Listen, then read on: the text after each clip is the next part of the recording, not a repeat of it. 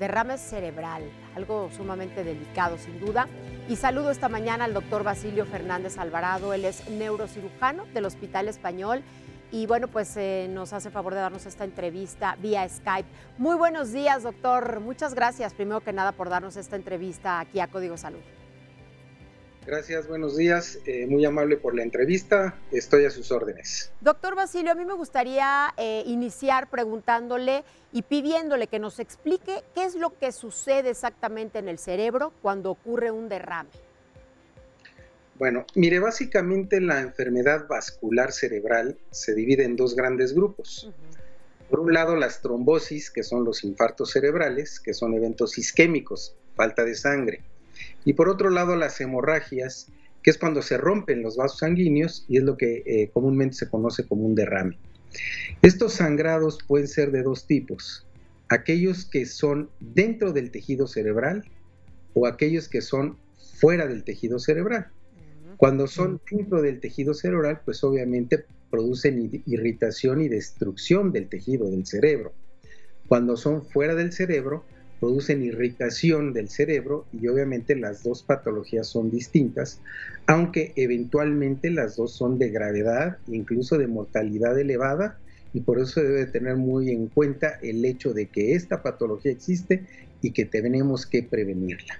Definitivamente, doctor. ¿Un derrame le puede ocurrir a cualquier persona, de cualquier edad, o a partir de cierta edad hay más probabilidades de que le suceda? No, puede ocurrir en cualquier edad de la vida, sin embargo, hay factores de riesgo que indican determinado grupo de pacientes a determinadas edades. Existen factores de riesgo como edad, sexo, eventualmente arriba de los 60 años es cuando más se presenta. Hay otros factores asociados a la hipertensión arterial, diabetes, colesterol, triglicéridos elevados, sedentarismo, obesidad. Y uno de los factores importantísimos que puede desencadenar enfermedad vascular es el tabaquismo, de tal suerte que las personas o los pacientes que se encuentran con este tipo de factores asociados, pues eventualmente forman el grupo que tiene mayor riesgo de desarrollar una hemorragia cerebral, de tal suerte que hay que controlar todos estos eventos. Le decía que puede ser en cualquier edad. Bueno, hay gentes jóvenes que pueden tener derrames cerebrales y estas gentes jóvenes, pues es porque tienen patologías agregadas, autoinmunes, ingesta de alcohol, ingesta de algún tipo de droga como cocaína, y es cuando en grupos diferentes a estas edades se presentan en gentes jóvenes, enfermedad vascular en jóvenes. Pero en términos generales son en aquellos pacientes que tienen enfermedades asociadas y estamos hablando alrededor de los 50, 60 años, aunque le repito, el tabaquismo, que es uno de los factores importantísimos, ha hecho que esos grupos de edades ahora sean menores. Vemos pacientes con infartos al corazón o con infartos cerebrales o derrames o hemorragias cerebrales por esta situación. Y muy jóvenes, además, como usted bien dice, doctor. ¿Cómo podemos reconocer los síntomas de un derrame cerebral, doctor? Habitualmente la enfermedad vascular hemorrágica condiciona síntomas neurológicos súbitos. ¿Qué quiere decir esto? Defectos o fallas neurológicas súbitas. Hay que fijarse en la simetría de la cara cuando empieza a haber alguna deficiencia facial, cuando empieza a haber alguna deficiencia sensitiva o motora.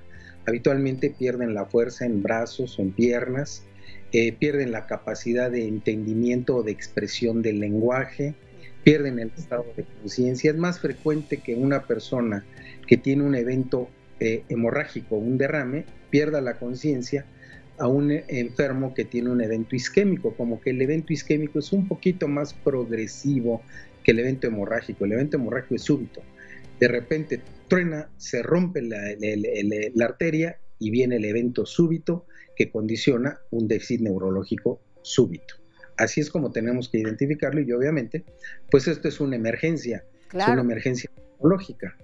Sí, como usted bien menciona, es una emergencia, o sea, tiene que ser, el paciente tiene que ser atendido de inmediato, doctor. Trasladado inmediatamente a un hospital, eso es correcto. Definitivamente. ¿Cuáles pueden ser las consecuencias de no hacerlo así, de no llevar de inmediato al paciente a que lo atiendan?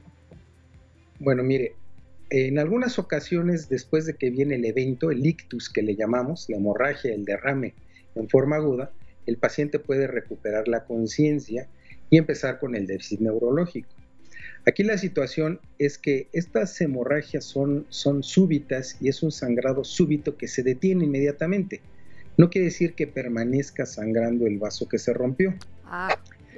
Sin embargo, si es un evento súbito, que puede ser tan súbito que puede costarle la vida al paciente, se puede morir una persona instantáneamente por el evento vascular, o bien puede despertar y tener algún déficit que sí requiere atención inmediata porque hay patologías en las cuales el vaso sanguíneo se puede volver a romper y un segundo sangrado sí puede terminar con el paciente o dejar un déficit neurológico importante y permanente. Entonces, una vez que se detecta alguno de estos tipos de eventos con un déficit neurológico, hay que acudir inmediatamente a una unidad hospitalaria, a un servicio de urgencias. El no hacerlo puede condicionar un resangrado o que la misma enfermedad per se vaya condicionando que el cerebro presente edema, que empiece el cerebro a tener un proceso de hinchazón. Inflamación. Es correcto, y esta inflamación condicionar un déficit neurológico mayor o la pérdida de la vida. Bien. Doctor, los derrames que se nos pueden llegar a presentar o que se nos presentan ocasionalmente en los ojos, ¿pueden ser un indicativo previo a un derrame cerebral o no tienen nada que ver? En algunas ocasiones sí. Mire, la gran mayoría de las veces las hemorragias que se presentan en los ojos se ven asociadas a cambios de temperatura y fragilidad de los vasos sanguíneos del ojo. Ya. Sin embargo, en otras ocasiones se ven asociadas a pacientes que son hipertensos y esa hipertensión hace que se rompan los vasitos de la esclera, que es la parte blanca del ojo, y así como se rompen esos vasitos al interior del ojo, se pueden romper al interior del cerebro. Claro. Entonces, un dato indicativo de hipertensión.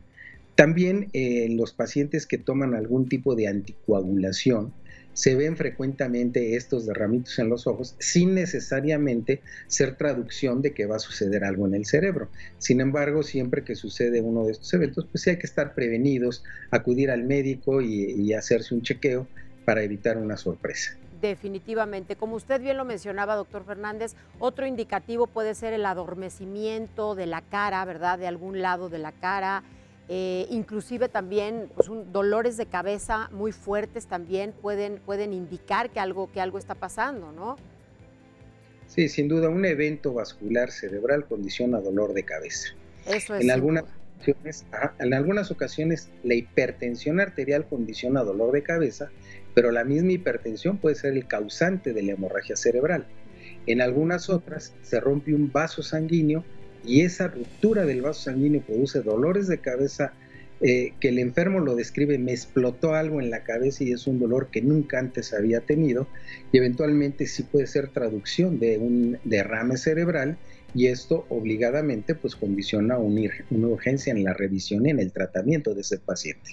Definitivamente. Doctor Fernández, ¿cómo se puede recuperar el cerebro después de un evento de esta naturaleza, después de un derrame? Mire, eventualmente depende de la magnitud de derrame.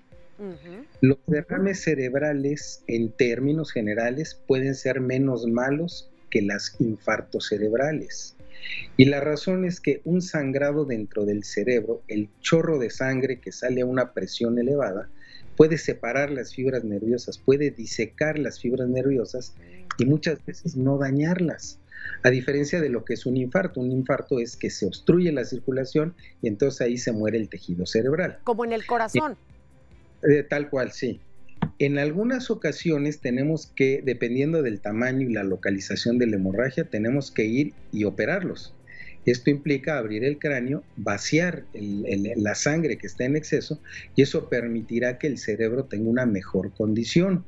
Hay otras patologías como los aneurismas que producen hemorragias fuera o dentro del cerebro, y esas patologías también son urgencias porque si se va y se corrige y se soluciona el aneurisma, se evita que exista un resangrado y por ende la mejoría del paciente.